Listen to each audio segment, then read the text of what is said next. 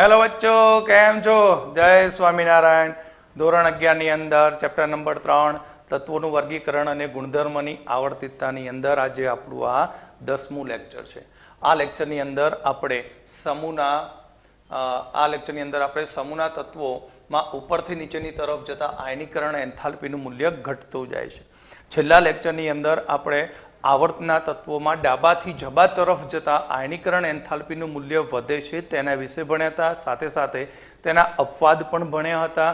દ્વિતીયક તૃતીયક આયનીકરણ enthalpy વિશે પણ અભ્યાસ કર્યો હતો. પણ સમૂહ વિશેની વાત કરીએ તો સમૂહમાં ઉપરથી નીચેની તરફ જતા આયનીકરણ એન્થાલ્પીનું મૂલ્ય ઘટતું જાય છે. કેમ? તો તેના માટે આપણે લખીશું સમૂહ 1. સમૂહ 1 આલ્કલી ધાતુ તત્વો. આલ્કલી ધાતુ તત્વો જેની અંદર હતું lithium, sodium, potassium, rubidium, caesium અને ફ્રાન્સિયમ. ઇલેક્ટ્રોન રચના હતી He કમ્પ્લેટ 2s1. આની ઇલેક્ટ્રોન રચના Ne કમ્પ્લેટ 3s1. પોટેશિયમની ઇલેક્ટ્રોન રચના Ar કમ્પ્લેટ 4s1. રૂબિડિયમની ઇલેક્ટ્રોન રચના krypton complete 5s1, xenon complete 6s1 અને રેડોન કમ્પ્લેટ 7s1 છે. તો અહીંયા તમે જોઈ શકો છો કે અહીંયા આપણે સમૂહના તત્વની અંદર ઉપરથી નીચેની તરફ જતા જઈએ તો તેનો મુખ્ય ક્વોન્ટમાંક n બરાબર 3 ની કિંમત શું થાય? વધતી જાય છે. પરિણામે આપણે અહીંયા આ કેન્દ્ર છે. આ શું છે? કેન્દ્ર. તો કેન્દ્રની ફરતે આ પહેલી કક્ષા n બરાબર 1, બીજી કક્ષા n બરાબર 2, ત્રીજી કક્ષા n બરાબર 3, ચોથી કક્ષા n બરાબર 4. તો n બરાબર 1, n બરાબર 2, n બરાબર 3, n બરાબર 4. તો તમે જોઈ શકો છો કે સમૂહમાં આપણે જેમ જેમ ઉપરથી નીચેની તરફ જઈએ તો લિથિયમનો ઇલેક્ટ્રોન ક્યાં હતો? 2s માં હતો. તો તેનું અંતર આટલું થયું. સોડિયમનો ઇલેક્ટ્રોન ક્યાં છે? 3s માં. પોટેશિયમનો ઇલેક્ટ્રોન કેન્દ્રથી ક્યાં છે? 4s માં. એટલે કે સમૂહમાં ઉપરથી નીચેની તરફ જતા મુખ્ય ક્વોન્ટમ આંકનું મૂલ્ય વધતું જાય છે. પરિણામે ઇલેક્ટ્રોનનું કેન્દ્રથી અંતર વધતું જાય છે. ઇલેક્ટ્રોનનું કેન્દ્રથી અંતર વધે તો આકર્ષણ બળ ઘટી જાય છે. એટલે કે ઝેડ ઇફેક્ટ અસરકારક કેન્દ્રીય વીજભાર ઘટી જાય છે. અને બીજું તમે જોઈ શકો છો કે અહીંયા આપણે અંદરના ભાગમાં શું આવે? આંતરિક કોષ આવે છે. શું આવે છે? આંતરિક કોષ. અને એ આંતરિક કોષ અહીંયા આ રીતે તેની ઉપર કઈ અસર કરશે બેટા? શિલ્ડિંગ અસર કરે. આંતરિક કોષ આ રીતે કેન્દ્ર અને બાહ્ય કોષ ઉપર શું રચતું હોય? શિલ્ડિંગ અસર રચે. તો હવે આગળ વધીએ તો 3s આગળ કોનું શિલ્ડિંગ આવશે? નિયોનનું શિલ્ડિંગ આવશે. શું આવશે? આ રીતે એની એક શિલ્ડિંગ અસર થશે. એટલે અહીં સમૂહમાં ઉપરથી નીચેની તરફ જતા સ્ક્રીનિંગ અસર, શિલ્ડિંગ અસરનું મૂલ્ય વધતું જાય છે. અને એ શિલ્ડિંગ અસર વધવાને કારણે કેન્દ્રનો અસરકારક ઝેડ ઇફેક્ટ છે એ ઝેડ ઇફેક્ટ આ ઇલેક્ટ્રોન ઉપર શું થાય? ઘટી જાય. આ ઇલેક્ટ્રોન ઉપર પણ ઘટી જાય. માટે આ ઇલેક્ટ્રોન કેન્દ્ર તરફ ઓછી મજબૂતાઈથી જોડાયેલા હોય છે. માટે ઇલેક્ટ્રોન સહેલાઈથી ત્યાંથી શું થઈ જાય? મુક્ત થતા હોય છે. એટલે અહીં સમૂહની અંદર આપણે જોઈ શકીએ કે રેડિયસ, ત્રિજ્યા વધે છે. ત્રિજ્યા વધે એટલે એના મુખ્ય ક્વોન્ટમાંકનું મૂલ્ય વધે. મુખ્ય ક્વોન્ટમાંકનું મૂલ્ય વધે તો બીજું આની અંદર શું વધતું જાય છે? શિલ્ડિંગ અસર વધે છે. શિલ્ડિંગ અસર વધવાને કારણે ઝેડ ઇફેક્ટ શું થાય? ઘટી જાય. અને ઝેડ ઇફેક્ટ વધવાને કારણે આયોનાઇઝેશન એનર્જી Ie સમૂહ માટે શું થાય? ઘટતી જાય છે. ઓકે. તો આટલું યાદ રાખો. એટલે સમૂહ માટે આ નિયમિતપણે દરેક સમૂહમાં આવી ઘટના જોવા મળતી હોય છે. તો અહીંયા આપણે જોયું કે સમૂહમાં ઉપરથી નીચેની તરફ જતા મુખ્ય ક્વોન્ટમાંક n નું મૂલ્ય શું થાય છે? વધતું જાય છે. પરિણામે ઇલેક્ટ્રોન બાહ્યતમ કક્ષાનો જે છે તેનું કેન્દ્રથી અંતર પણ વધતું જાય છે. બીજું કે આંતરિક કોષ દ્વારા અહીંયા શિલ્ડિંગ અસર જોવા મળે કેન્દ્ર પર, અને આ શિલ્ડિંગ અસરકારક કેન્દ્રીય વીજભારની સરખામણીમાં શિલ્ડિંગ અસર અહીંયા વધુ મહત્વની બનતી જાય છે. માટે આપણે સમૂહ માટે આલેખ દોરીએ તો અહીંયા સૌથી ઊંચી આયનીકરણ એન્થાલ્પી સમૂહમાં કોની હશે? લિથિયમની, કારણ કે તેનું ઇલેક્ટ્રોન કેન્દ્રની ખૂબ જ નજીક છે, માટે તેની આયનીકરણ એન્થાલ્પીનું મૂલ્ય વધુ છે. પણ સમૂહમાં જેમ જેમ નીચેની તરફ આવશું તેમ તેમ આયનીકરણ એન્થાલ્પીના મૂલ્યમાં સતત શું થાય છે? ઘટાડો થતો જાય છે. ઓકે, તો આ હતું આપણી આયનીકરણ એન્થાલ્પી વિશે સંપૂર્ણ માહિતી મેળવી લીધી. હવે આપણે આગળ જોઈશું ઇલેક્ટ્રો પ્રાપ્તિ enthalpy, electro gain enthalpy, electron affinity પણ કહેવામાં આવે છે. ઇલેક્ટ્રો ગેઇન પ્રાપ્તિ, આનો મતલબ શું થયો? કે જ્યારે કોઈ વાયુરૂપ તટસ્થ પરમાણુ ઇલેક્ટ્રોન મેળવે અને ઋણ આયન બને ત્યારે તે પ્રક્રિયાના એન્થાલ્પી ફેરફારને ઇલેક્ટ્રો પ્રાપ્તિ એન્થાલ્પી ફેરફાર કહેવામાં આવે છે. જ્યારે વાયુરૂપ તટસ્થ પરમાણુમાં ઇલેક્ટ્રોન દાખલ થાય છે અને તે ઋણ આયન બને ત્યારે તે પ્રક્રિયાની એન્થાલ્પીના ફેરફારને ઇલેક્ટ્રો પ્રાપ્તિ એન્થાલ્પી ફેરફાર એટલે કે ઇલેક્ટ્રો ગેઇન એન્થાલ્પી કહેવામાં આવે છે. એટલે આ ઇલેક્ટ્રો પ્રાપ્તિ એન્થાલ્પી જે છે તે કોઈ પણ તત્વનું ઋણ આયન બનવું તેને સરળતાથી સમજાવી શકે છે. જેમ ડેલ્ટા ઇલેક્ટ્રો પ્રાપ્તિ એન્થાલ્પીનું મૂલ્ય જેને ડેલ્ટા EgH કહેવાય, જેમ તેનું મૂલ્ય વધારે ને વધારે ઋણ નેગેટિવ બનતું જાય, બરાબર? કેમ નેગેટિવ બને? કારણ કે અહીં ઇલેક્ટ્રો પ્રાપ્ત કરે ત્યારે કેટલાક તત્વો મોટા ભાગે ઉષ્માનું શું કરે? ઉત્સર્જન, અને ઉત્સર્જિત થતી ઉર્જાને તમે નેગેટિવ વડે દર્શાવો છો, ઋણ નિશાની વડે, અને એ ઉષ્માક્ષેપક છે. એટલે જેમ ઉષ્મા વધુ ને વધુ ઉત્સર્જિત થશે તેમ ડેલ્ટા EgH વધુ ને વધુ ઋણ બનશે, અને જેટલો વધુ ઋણ હશે તેટલું તે સહેલાઈથી ઋણ આયન બનાવી શકે છે. તો ઇલેક્ટ્રો પ્રાપ્તિ એન્થાલ્પી એટલે શું? કે જ્યારે વાયુરૂપ તટસ્થ પરમાણુ X એક ઇલેક્ટ્રોન દાખલ થઈ ઋણ આયન બને ત્યારે એન્થાલ્પીના ફેરફારને ઇલેક્ટ્રો પ્રાપ્તિ એન્થાલ્પી ફેરફાર ડેલ્ટા EgH કહેવામાં આવે છે. અને આ એન્થાલ્પી ફેરફાર દર્શાવે છે કે પરમાણુ કેટલી સરળતાથી ઇલેક્ટ્રોન સ્વીકારીને ઋણ આયન બનાવી શકે છે. તો અહીંયા આપણે લખીએ કે delta X gas plus electron gives X gas minus.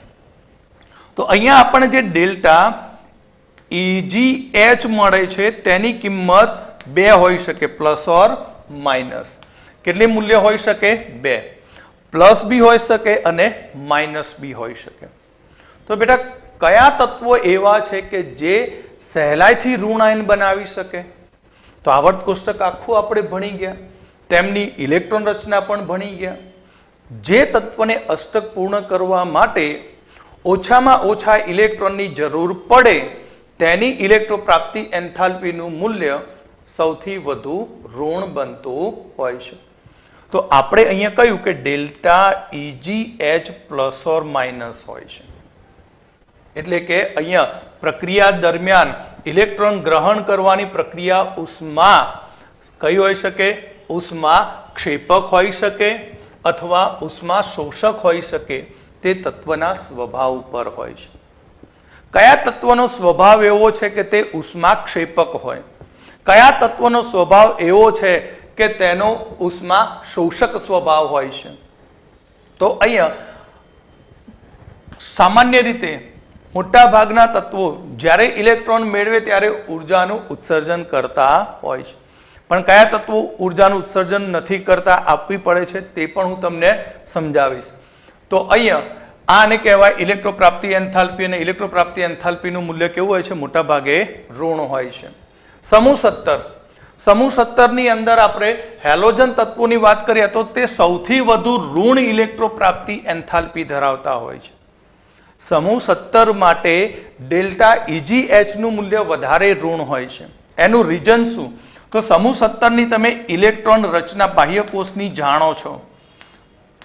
તેની ઇલેક્ટ્રોન રચના છે NH2NP5 છે. હવે NH2NP5 તો ટોટલ ઇલેક્ટ્રોન કેટલા થયા? 7 ઇલેક્ટ્રોન થયા. હવે સમૂહ 17 ની અંદર NH2NP5 તેને ઉમદા વાયુ જેવી રચના મેળવી છે. કયા વાયુ? ઉમદા વાયુ. ઉમદા વાયુની ઇલેક્ટ્રોન રચના NH2NP6 છે. તો ઉમદા વાયુ જેવી રચના મેળવવા માટે કેટલો ઇલેક્ટ્રોન ખૂટે છે? માત્ર ને માત્ર એક જ. માટે આ તત્વોની અંદર આપણે એક ઇલેક્ટ્રોન સહેલાઈથી દાખલ કરીને કોના જેવી રચના મેળવી શકાય? ઉમદા વાયુ જેવી રચના મેળવી શકાય છે. માટે સમૂહ 17 ના તત્વોની ઇલેક્ટ્રો પ્રાપ્તિ એન્થાલ્પીનું મૂલ્ય સૌથી વધુ ઋણ હોય છે. એમસીક્યુમાં પૂછે કે આવર્ત કોષ્ટકમાં સૌથી વધુ ઋણ ઇલેક્ટ્રોપ્રાપ્તિ એન્થાલ્પી કયા સમૂહની? તો આવર્ત કોષ્ટકની અંદર સૌથી વધુ ઋણ ઇલેક્ટ્રોપ્રાપ્તિ એન્થાલ્પી સમૂહ 17 ની હોય છે. ક્લિયર? કારણ કે ઉમદા વાયુ જેવી ઇલેક્ટ્રોન રચના તે સહેલાઈથી પ્રાપ્ત કરી શકે છે. ઓકે, તો આ હેલોજન તત્વોની વાત કરી તો હેલોજન તત્વોની ઇલેક્ટ્રોપ્રાપ્તિ એન્થાલ્પીનું મૂલ્ય તો ડેલ્ટા EGH કેવું હોય? ઓલવેઝ નેગેટિવ, ઋણ જ હોય. પણ ઉમદા વાયુની વાત કરીએ તો ઉમદા વાયુની ઇલેક્ટ્રોન રચના કઈ છે? NH2NP6 છે. સંપૂર્ણપણે ભરાયેલી છે. એક્ઝામ્પલ તરીકે સમજો કે નિયોન, નિયોનની ઇલેક્ટ્રોન રચના 1s2 2s2 2p6 થઈ ગયા 10 ઇલેક્ટ્રોન. ઓકે, હવે મારે આને ઋણ આયન બનાવવો હોય તો આ તો 2p6 ભરાઈ ગયું, n બરાબર 2. તો મારે એની માઇનસ બનાવવો છે. તો એની માઇનસ બનાવવા માટે નવો ઇલેક્ટ્રોન આવશે. તો તે 1s2 2s2 2p6 અને તે 3s1 માં જશે. અને તે ક્યાં જશે? 3s1 માં જશે. શક્તિ સ્તર ચેન્જ થઈ ગયું. પહેલા ઇલેક્ટ્રોન ક્યાં હતા નિયોનના? તો નિયોનના સંયોજકતા ઇલેક્ટ્રોન n બરાબર 2 માં હતા. પણ એની માઇનસ બનાવવા જવું તો ઇલેક્ટ્રોનને ક્યાં મૂકવો પડે? નવા શક્તિ સ્તરમાં. એ પણ કેવા? ઊંચી ઉર્જા ધરાવતા શક્તિ સ્તરમાં. અને જ્યારે ઋણ આયન બનાવતી વખતે યાદ રાખજો, ઋણ આયન બનાવતી વખતે મેળવેલો ઇલેક્ટ્રોન જો ઊંચા શક્તિ સ્તરમાં દાખલ થાય તો તે સ્પીસીઝ ઋણ આયન એ ખૂબ જ અસ્થાયી હોય છે. કેવો હશે? અસ્થાયી હોય છે. એટલે એની માઇનસ બનાવ્યો ખરો, પણ તે એની માઇનસ કેવો બનશે? અસ્થાયી બને. હવે સિમ્પલ વસ્તુ એ, નાના ઘરમાંથી મોટા ઘરમાં લઈ જવા માટે, દાખલ કરવા માટે બહારથી ઉર્જા આપવી પડે છે. બહારથી ઉર્જા શું કરવી પડે? આપવી પડે છે. માટે અહીંયા આપણે કહીએ છીએ કે નિયોન માટેની ઇલેક્ટ્રોપ્રાપ્તિ એન્થાલ્પીનું મૂલ્ય કેવું છે? ધન છે. આ જ રીતે સરસ મજાનો એ ટોપિક કે Be બેરિલિયમ. બેરિલિયમની ઇલેક્ટ્રોન રચના 1s2 2s2 છે. તો આ પણ એમસીક્યુમાં યાદ રાખજો. હવે હું Be માઇનસ બનાવીશ તો એક ઇલેક્ટ્રોન ઉમેરાયો. કેટલા ઇલેક્ટ્રોન થયા? 4 હતા અને એક મેળવ્યો, 5 થયા. તો પાંચમો ઇલેક્ટ્રોન જે છે તે પાંચમો ઇલેક્ટ્રોન બેટા ક્યાં જશે? 2p1 માં જશે. અને તમે શક્તિક્રમ જાણો છો કે 2s લેસ ધેન 2p છે. એટલે બેરિલિયમમાંથી Be માઇનસ આયન બનાવવા માટે ઇલેક્ટ્રોનને ઉર્જા આપવી પડે છે. અને એ ઇલેક્ટ્રોન ઉર્જા આપીએ પછી તે ઇલેક્ટ્રોન ઊંચી ઉર્જાવાળી 2p કક્ષકમાં જાય છે. કઈ કક્ષકમાં જાય છે? 2p માં. માટે Be માઇનસ તે પણ કેવો બને? અસ્થાયી. શક્ય નથી. આ જ પ્રમાણે Mg ની વાત કરું. ચલો, Mg. Mg ની ઇલેક્ટ્રોન રચના 1s2 2s2 2p6 3s2 છે. અરે હા, Mg 3s2 છે. કઈ ઇલેક્ટ્રોન રચના? 3s2. આ 3s2 છે. હવે હું Mg માઇનસ બનાવવા જાઉં તો ઇલેક્ટ્રોન ક્યાં જવાનો? તો Mg માઇનસ બનાવીએ તો ઇલેક્ટ્રોન 3p1 માં જાય અને તમે જાણો છો કે 3s less than 3p. Electron કયા સ્તરમાં ગયો? ઊંચા ઉર્જા સ્તરમાં. એટલે આ બધા અપવાદ છે, MCQ માટે ખાસ યાદ રાખજો. આવર્ત કોષ્ટકની અંદર ઉમદા વાયુઓ ક્યારે શક્ય ઋણ આયન બનતા નથી. અને MCQમાં મૂકી દે કે નીચેનામાંથી કઈ સ્પીસીઝ અસ્થાયી છે, તો બધા જ ઉમદા વાયુ નેગેટિવ હોય, અસ્થાયી. બીજું Be એ પણ અસ્થાયી, મેગ્નેશિયમ તે પણ અસ્થાયી ઋણાયન બનતો હોય છે. એટલે આ બધાને ઋણાયન બનાવવા માટે બહારથી ઉર્જા આપવી પડે. માટે આ તત્વો માટે ઇલેક્ટ્રોગેન એન્થાલ્પીનું મૂલ્ય ધન મળતું હોય છે. તો ચલો, કારણ કે અહીંયા મુખ્ય શક્તિ સ્તર પછી ઉમદા વાયુની વાત કરીએ તો મુખ્ય શક્તિ સ્તર પછી ના આપણે ઊંચા શક્તિ સ્તરની અંદર ઇલેક્ટ્રોનને દાખલ કરીએ છીએ, પરિણામે આપણને એ અસ્થાયી ઇલેક્ટ્રોન રચના મળે. માટે ઉમદા વાયુ ક્યારે ઋણાયન બનતા નથી. ઓકે, તો આવર્તમાં ડાબાથી જબા તરફ જતા ઇલેક્ટ્રો પ્રાપ્તિ એન્થાલ્પીનું મૂલ્ય એ હંમેશા ઋણ થતું જાય છે. શું થતું જશે? ઋણ થતું જશે. કેમ? આપણે ઉદાહરણ લઈ લઈએ. બીજો આવર્ત. કયો આવર્ત લઈશું આપણે? બીજો આવર્ત. તો બીજા આવર્તની ઇલેક્ટ્રોન રચના શું છે?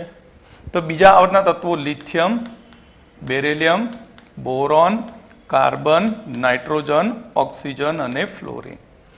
તો આની ઇલેક્ટ્રોન રચના 1s2 2s1 1s2 2s2 1s2 2s2 2p1 1s2 2s2 2p2 1s2 2s2 2p3 1s2 2s2 2p4 1s2 2s2 2p5. પરમાણુ ક્રમાંક 3 4 5 6 7 8 અને 9.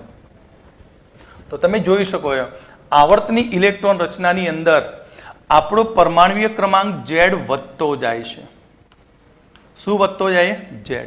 Z મતલબ શું વધ્યો? કેન્દ્રીય અસરકારક ધન વીજભાર. પરંતુ ઇલેક્ટ્રોન એ બાહ્ય કક્ષામાં દાખલ થાય છે અને બાહ્ય કક્ષામાં n બરાબર 2 કેવો છે? અચળ છે. n ની કિંમત વધતી નથી.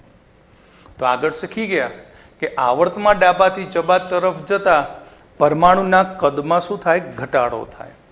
એટલે કે અહીંયા ત્રિજ્યાનું મૂલ્ય ઘટતું જાય છે.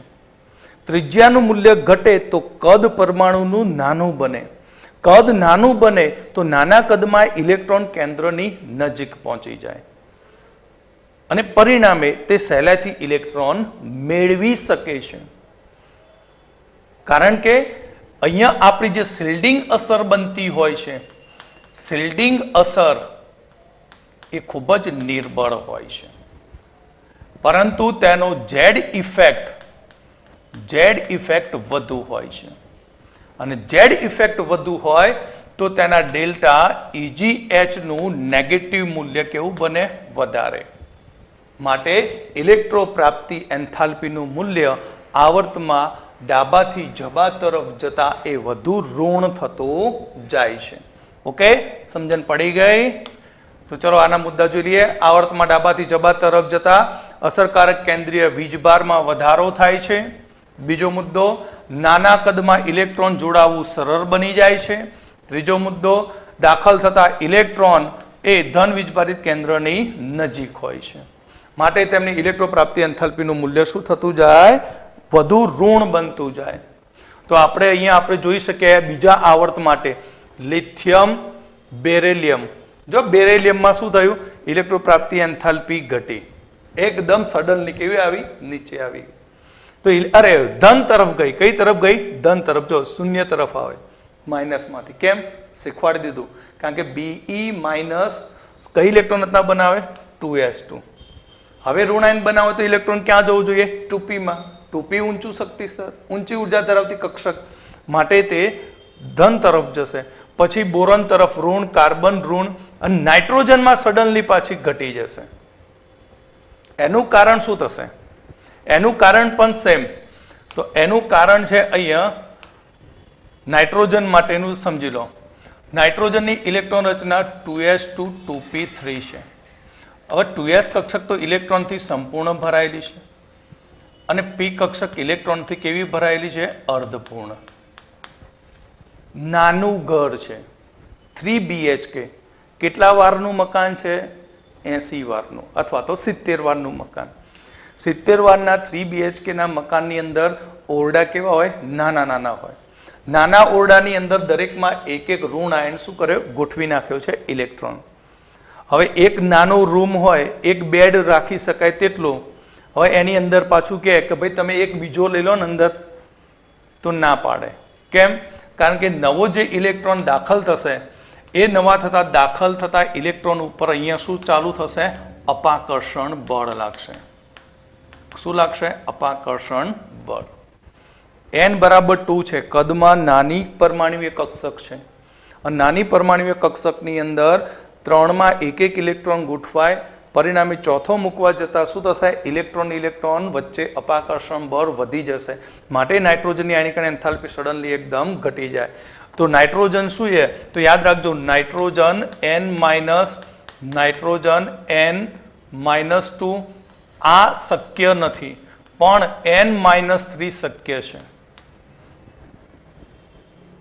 આ પાછા એવા વ્યવહાર વાળા છે કે ભાઈ દરેકના આમાં શું થાય કે 3 રૂમ હોય, 3 રૂમમાં એક લાલભાઈ, પોપટભાઈ ને મગનભાઈને મૂકી દીધા.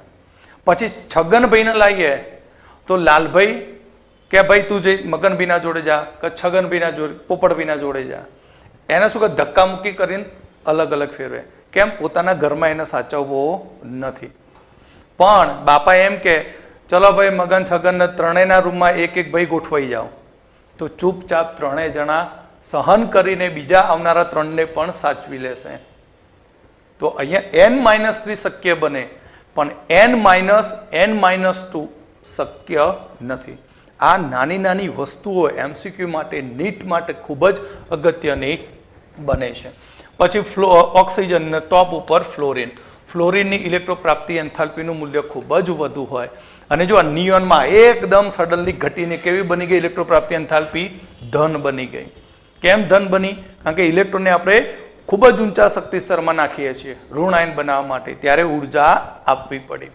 ઓકે, તો આવર્ત વિશે તમને કમ્પ્લીટ સમજણ પડી ગઈ. હવે આપણે સમૂહ વિશે.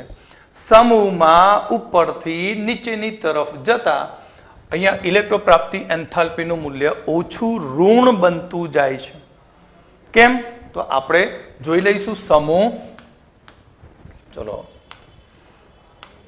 આપણે જોઈશું સમૂહ 17. આપણે તો સમૂહ 17 જ લેવો પડે કારણ કે ઋણ સૌથી વધુ એ છે. સમૂહ 17 હેલોજન તત્વો: ફ્લોરિન, ક્લોરિન, બ્રોમિન, આયોડિન અને એટી. તો આપણે ફક્ત બાહ્યતમ કક્ષાની ઇલેક્ટ્રોન રચના લઈએ તો 2s2 2p5, આની બાહ્યતમ 3s2 3p5, 4s2 4p5, 5s2 5p5, 6s2 6p5. આ જ પ્રમાણે સમૂહ 16 લઈએ આપણે. આ જ પ્રમાણે આપણે લઈશું સમૂહ 16. સમૂહ 16 એટલે ઓક્સિજન. સમૂહના તત્વો અથવા તેનું બીજું એક પ્રચલિત નામ છે ચાલ્કોજન. બરાબર, યાદ છે ને? ઓલ્ડ સ્ટાઇલ સે ટીપો.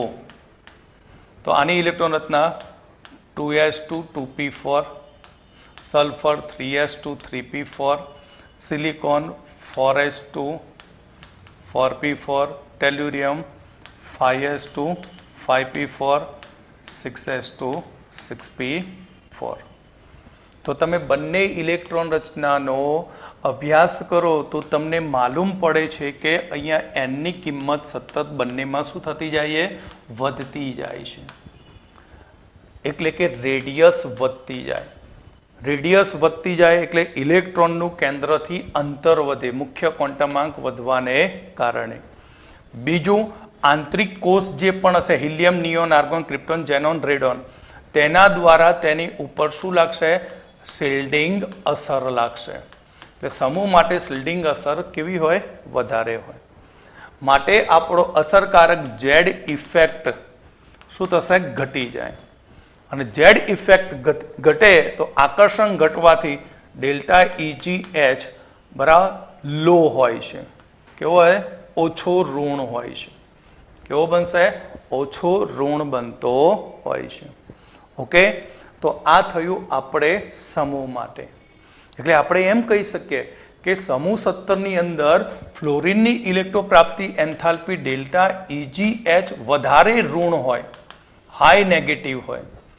બરાબર, એ જ પ્રમાણે આની અંદર ડેલ્ટા EGH વધારે હાઈ નેગેટિવ કોણ હોય? તો વધુ ઋણ હશે ઓક્સિજન. પણ અહીંયા પણ બે અપવાદ બને છે. આ બંનેમાં શું છે? અપવાદ. સમૂહ 17માં સૌથી હાઈએસ્ટ ઋણ ઇલેક્ટ્રોનેગેટિવિટી કોની છે? ક્લોરિનની. અને સમૂહ 16માં સૌથી વધુ ઋણ નેગેટિવ કોની છે? તો સલ્ફરની. કેમ આવું છે તેના વિશે હવે આપણે જોઈશું. તો સમૂહમાં કહ્યું કે R વધે તો પરમાણવીય કદ વધે, પરિણામે દાખલ થતા ઇલેક્ટ્રોનનો કેન્દ્રથી અંતર વધતું જાય. પણ અપવાદ છે. ફ્લોરિન કરતા ક્લોરિનની ઇલેક્ટ્રોપ્રાપ્તિ એન્થાલ્પીનું મૂલ્ય વધુ ઋણ હોય છે. કોનું વધારે ઋણ? તો વધારે ઋણ કહે છે ક્લોરિનની ઇલેક્ટ્રોપ્રાપ્તિ એન્થાલ્પી. કેમ? હમણાં જ ઉદાહરણ આપીને સમજાવતો બેટા. તો ફ્લોરિન જે છે બરાબર, એ ફ્લોરિનની ઇલેક્ટ્રોન રચના 2s2 2p5. S કક્ષક તો ઇલેક્ટ્રોનથી શું છે? સંપૂર્ણ ભરાયેલી. P કક્ષક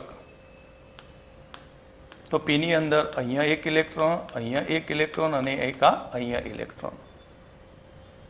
બરાબર. ક્લોરિન તો ક્લોરિનની ઇલેક્ટ્રોન રચના 3s2 3p5.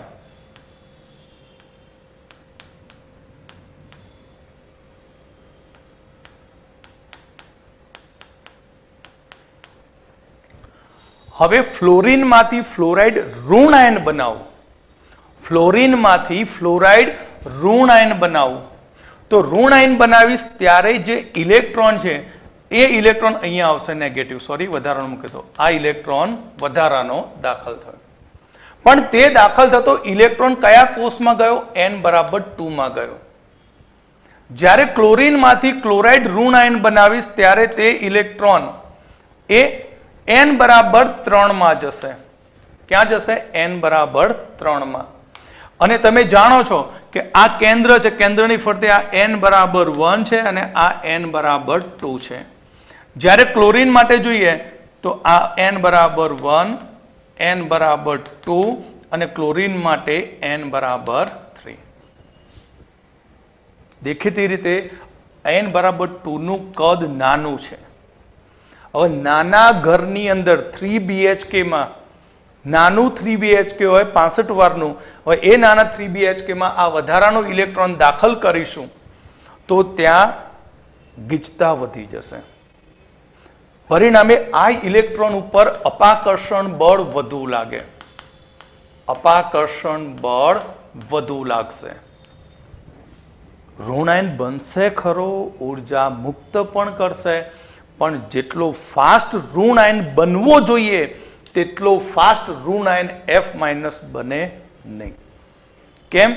કારણ કે નવો દાખલ થતો ઇલેક્ટ્રોન n=2 કક્ષામાં જાય અને આ 2p કક્ષક એ નાની હોય છે કદમાં. હવે નાના કદમાં 6 ઇલેક્ટ્રોન ભરતા ત્યાં અપાકર્ષણ બળ વધી જાય છે. માટે અહીંયા ફ્લોરિનની ઇલેક્ટ્રોપ્રાપ્તિ એન્થાલ્પી ઓછી છે. જ્યારે ક્લોરિનની ઇલેક્ટ્રોપ્રાપ્તિ એન્થાલ્પી વધુ છે. હવે તો સમજાવવાની જરૂર નથી કારણ કે અહીંયા ઇલેક્ટ્રોન 3p માં જાય છે. 3p કક્ષકનું કદ 2p કરતા મોટું છે. બરાબર, સિમ્પલ. અહીંયા 6 ઇલેક્ટ્રોન મૂકવા જઈએ આપણે. બરાબર, કેટલા ઇલેક્ટ્રોન? 6. 1 2, ચલો આ ક્યાં, ચલો 1 2 3 4 5 અને 6. તો ઇલેક્ટ્રોનનું અંતર કેવું છે? ઓછું. અપાકર્ષણ વધી જાય. જ્યારે અહીંયા 1 3 4 5 6 અંતર કેવું થયું? વધી ગયું. માટે અપાકર્ષણ બળ ઇલેક્ટ્રોનનું અહીંયા કેવું લાગશે? ઓછું લાગશે. અને 3p માં અપાકર્ષણ ઓછું હોવાથી તેમાં નવો ઇલેક્ટ્રોન દાખલ કરવો ખૂબ જ સહેલો બની જાય. કેવું બની જાય? ખૂબ જ સહેલું. માટે ક્લોરીનની ઇલેક્ટ્રોન પ્રાપ્તિ એન્થાલ્પીનું મૂલ્ય વધુ ઋણ છે. કોના કરતા? ફ્લોરીન કરતા. ઓકે, કમ્પ્લીટ સમજણ પડી ગઈ? ઓકે, તો હવે એનો આલેખમાં આ ફ્લોરીન છે. ફ્લોરીન, ક્લોરીન, બ્રોમીન, આયોડીન અને એટી. તો આલેખમાં આપણે જોઈ શકીએ છીએ કે અહીંયા ફ્લોરીન કરતાં ક્લોરીનની ઇલેક્ટ્રોન પ્રાપ્તિ એન્થાલ્પીનું મૂલ્ય વધારે ઋણ છે. આનું 330 જેટલું છે તો આનું 350 માઇનસ જેટલું હોય છે. આવો જ અપવાદ આપણને ક્યાં જોવા મળે છે? ઓક્સિજનમાં. બરાબર, ઓક્સિજન કરતાં સલ્ફરની ઇલેક્ટ્રોન પ્રાપ્તિ એન્થાલ્પીનું મૂલ્ય વધુ ઋણ છે. કોનું ઇલેક્ટ્રોન પ્રાપ્તિ એન્થાલ્પીનું મૂલ્ય વધુ ઋણ છે? સલ્ફરનું. કેમ? કારણ કે ઓક્સિજનની ઇલેક્ટ્રોન રચના હમણાં શીખવાડ્યું 2s2 2p4 છે. સલ્ફરની ઇલેક્ટ્રોન રચના 3s2 3p4 છે.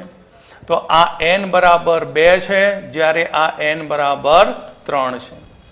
એટલે અહીંયા ઓક્સિજન માટેની વાત કરીએ તો ઓક્સિજનમાં n બરાબર 2 કદ નાનું છે, જ્યારે સલ્ફરની અંદર n બરાબર 3 છે એટલે કદ મોટું છે. બરાબર, કદ કેવું છે? મોટું છે. કદ મોટું હોવાને કારણે ધારો કે અહીંયા 4 ઇલેક્ટ્રોન 1 2 3 અને આ 4. હવે આની અંદર બીજા 2 ઇલેક્ટ્રોન બહારથી શું કરે છે? એન્ટર કરવા છે. તો ગીચતા ઇલેક્ટ્રોનની વધી જાય. માટે અપાકર્ષણ બળ વધી જાય. એટલે યાદ રાખો કે સ્વીકારે ખરો ઓક્સિજન -2 ની શક્યતા ઓછી, પણ ઓક્સિજન -2 કેવું બને? ઝડપી બને. કેમ? અષ્ટક પૂર્ણ કરી નાખે માટે. તો અહીંયા 4 ઇલેક્ટ્રોન મૂકીએ તો 4 ઇલેક્ટ્રોન મૂકીએ સલ્ફરના પીમાં, તો તેમની વચ્ચે ડિસ્ટન્સ કેવું છે? વધારે છે. માટે આવનાર ઇલેક્ટ્રોન ઉપર અપાકર્ષણ બળ કેવું લગાડે? ઓછું લગાડશે. અપાકર્ષણ બળ કેવું લગાડશે? ઓછું લગાડશે. તો આ ટોપિક ખાસ અગત્યનો હતો. સ્કૂલની એક્ઝામ માટે પણ મોસ્ટ આઈએમપી છે, પ્લસ નીટ અને જી માટે તો ખૂબ જ અગત્યનો આ ટોપિક છે.